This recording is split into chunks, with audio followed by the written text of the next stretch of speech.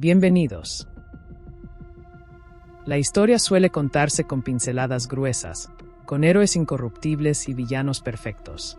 A los niños se les entrega una versión simplificada, casi religiosa, donde los próceres son santos laicos y la patria nace de milagros.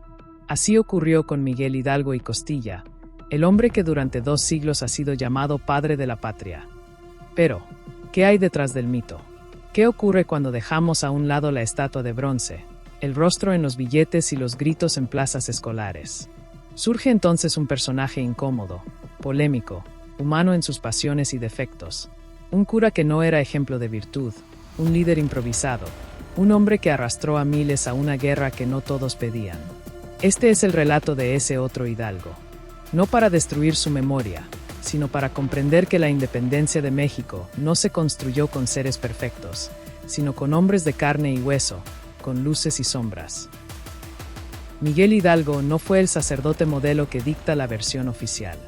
Desde joven mostró afición por la música, el teatro, la literatura francesa y las ideas ilustradas, muchas de ellas prohibidas por la Inquisición.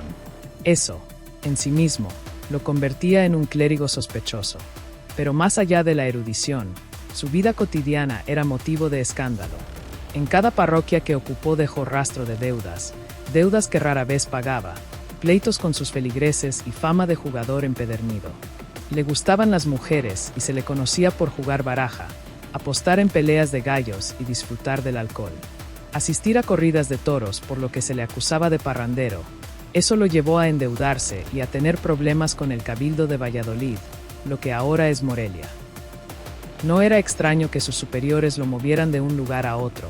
Fue citado por el Tribunal de la Inquisición, por su conducta, por su relación con las mujeres y por vivir en concubinato con una de ellas. Hidalgo convivió con varias mujeres. Algunas eran jóvenes de su parroquia, otras casadas. De esas relaciones nacieron hijos: Josefa, Lino, Micaela y Agustina, entre otros que las crónicas mencionan con mayor o menor certeza. Un sacerdote con familia, en una época donde el celibato era inquebrantable, era una provocación constante. Sus detractores lo señalaban como libertino. Sus defensores lo pintaban como un hombre sensible y humano, incapaz de renunciar al amor. Lo cierto es que en la figura del padre de la patria convivía el padre literal de varios hijos, algo que la historia oficial prefirió ocultar bajo el manto de la solemnidad. Cuando en 1810 se descubrió la conspiración de Querétaro, Hidalgo no tenía un plan maestro ni un ejército preparado. Se encontraba dirigiendo la parroquia de Dolores, donde también estaba siendo bastante cuestionado. La corona española lo investigaba, la Inquisición lo vigilaba y sus enemigos aguardaban el momento de destruirlo. Levantar en armas a la población fue más una salida desesperada que una estrategia pensada. Con motivos personales, movió a una turba a saquear al pueblo. Los demás conspiradores, Allende, Aldama y Abasolo, dudaban. Veían con desconfianza al cura y su forma impulsiva de actuar. Pero Hidalgo no vaciló. Con las horas contadas, soltó la chispa que incendió al Bajío. La escuela enseña que la madrugada del 16 de septiembre de 1810, Hidalgo proclamó independencia, libertad y justicia. Hay que señalar que en ese momento no hay registros de que la población del país buscara una independencia. Nadie estaba buscando una supuesta libertad por estar oprimido. Los insurgentes buscaban más un cambio de gobierno que una independencia. La realidad difiere bastante. No existe versión única de lo que gritó. Algunas crónicas aseguran que invocó a Fernando VII, el rey español depuesto por Napoleón. También que gritó, «¡Viva la América!». Otras, que llamó a matar gachupines. En la Nueva España, los gachupines eran españoles llegados de Europa, nacidos en el viejo continente, para formar parte de la burocracia. En todo caso, no se trató de un llamado a una independencia, mucho menos a un territorio libre, sino a una revuelta visceral contra los españoles y sus privilegios. La multitud respondió con violencia. Enardecidos, los campesinos armados con palos y machetes comenzaron saqueos y ejecuciones. La insurrección nació manchada de sangre. Hidalgo, conociendo a los pobladores, por ser el confesor de muchos de ellos, y sabiendo dónde ocultaban las pertenencias de valor, ordenó el saqueo, salía a los balcones, arrojando los objetos enardeciendo a la turba, y proclamando que tomaran lo que les había sido robado. Hidalgo se movió de pueblo en pueblo, saqueando, incendiando. Con lo obtenido de los saqueos, empezó a contratar mercenarios, y a quienes quisieran sumarse al movimiento, medio peso a quienes avanzaran a pie, y 1 peso al día, a quienes lo hicieran a caballo. Ignacio Allende, quien había sumado a Hidalgo a la conspiración, empezó a cuestionar profundamente el comportamiento del cura y del comportamiento de la gente. El símbolo por excelencia de la independencia, la Virgen de Guadalupe, tampoco fue parte de un plan elaborado. Al llegar a Totonilco, Hidalgo tomó al azar un estandarte guadalupano y lo alzó como bandera de guerra. No había detrás un cálculo nacionalista ni un gesto profético, sino la improvisación de un hombre que buscaba un ícono capaz de unir a la multitud. El ejército insurgente era una turba, no había disciplina, ni estrategia militar. Las tropas saqueaban ciudades, se apropiaban de bienes, atacaban y asesinaban civiles. Otro evento que muchos desconocen, o que se ha escondido, es cuando Hidalgo capturaba enemigos, los asesinaba por medio de su verdugo, Agustín Marroquín, un torero que se encontraba encarcelado. Se cree que Hidalgo ya lo conocía, en algunas de las corridas al que el párroco había asistido. Hidalgo lo liberó y lo absolvió de sus crímenes. El cura ordenaba a Marroquín a asesinar, simulando faenas toreras. Marroquín, sosteniendo la espada en una mano y una antorcha en la otra, asesinaba sin piedad a los españoles capturados, en actos sumamente sanguinarios y sin piedad. Marroquín llegó a asesinar a más de 700 prisioneros. En Guanajuato, la tragedia alcanzó su nivel máximo. Guanajuato, en la Nueva España, era una ciudad muy próspera, la ciudad más rica de todo el virreinato y de América en ese momento, debido a la minería, que era muy abundante. Hidalgo llegó con la turba a atacar la ciudad. Muchos pobladores se refugiaron en la Alhóndiga de Granaditas. La Alhóndiga había terminado de construirse en 1809. Una alhóndiga es un edificio donde se almacenan granos y en Guanajuato también se utilizaba como mercado. Allí, los criollos, soldados y españoles, se refugiaron con sus familias, incluyendo mujeres y niños. Hidalgo, quien ya tenía a la ciudad bajo control, sin remordimientos, ordenó el ataque, y fue una total masacre. Allende, quien ya no miraba con buenos ojos al cura, trató de evitar estos crímenes, así como el saqueo de comercios de la ciudad, sin éxito alguno.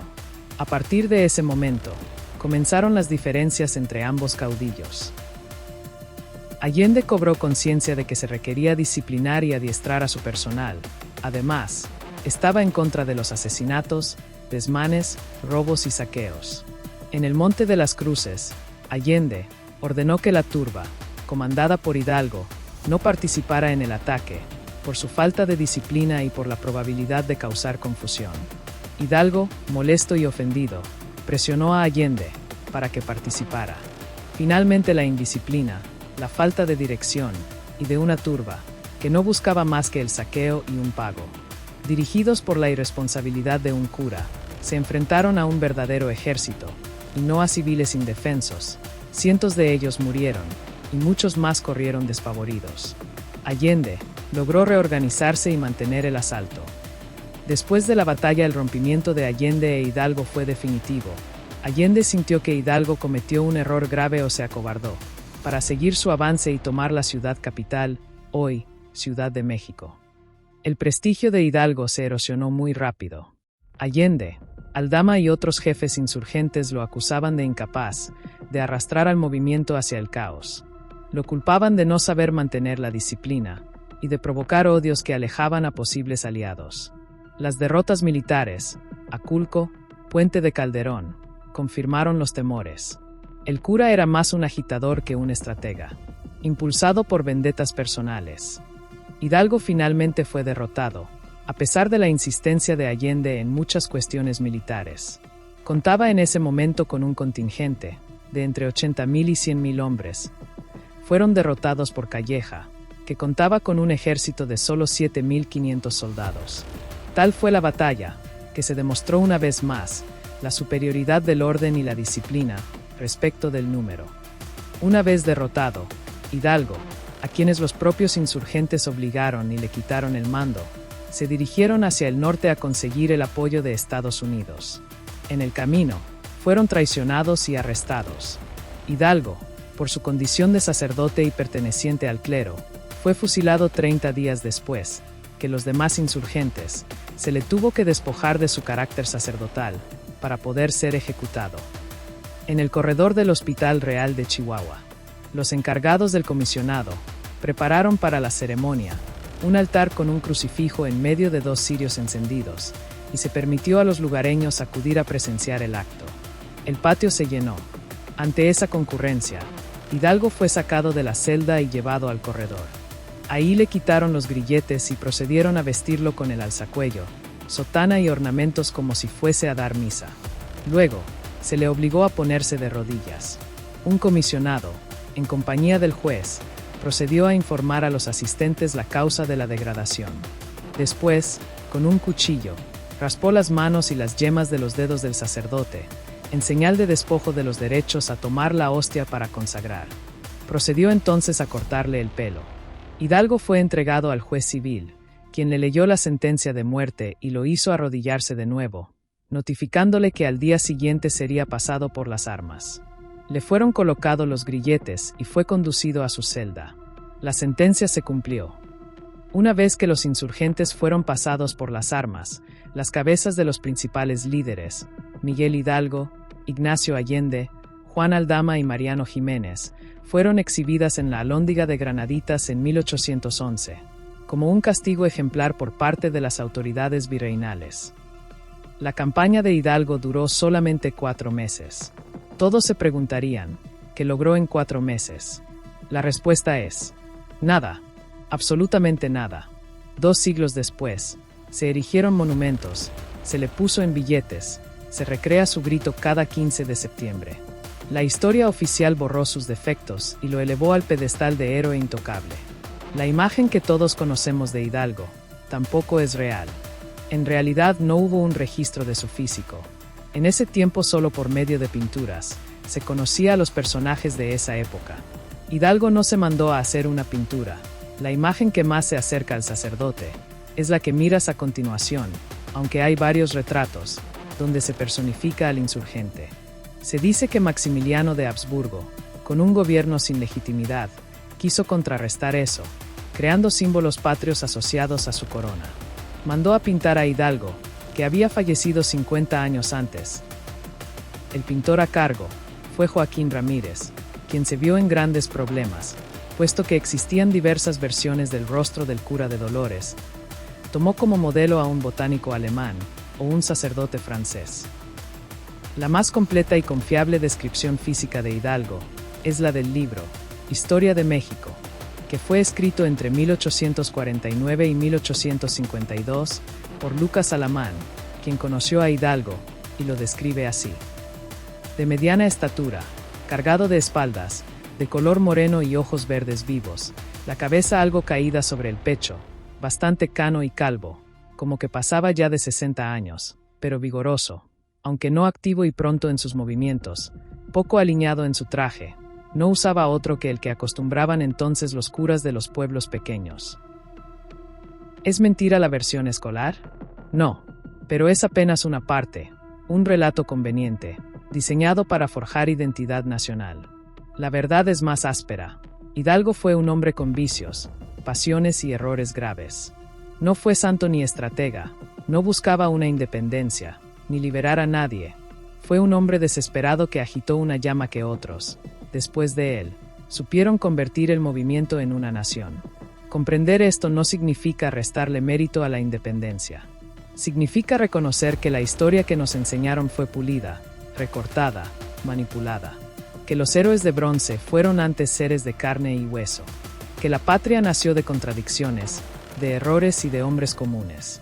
Porque, al fin, ese es el verdadero legado de Hidalgo. Recordarnos que la historia no está hecha por dioses, sino por humanos imperfectos.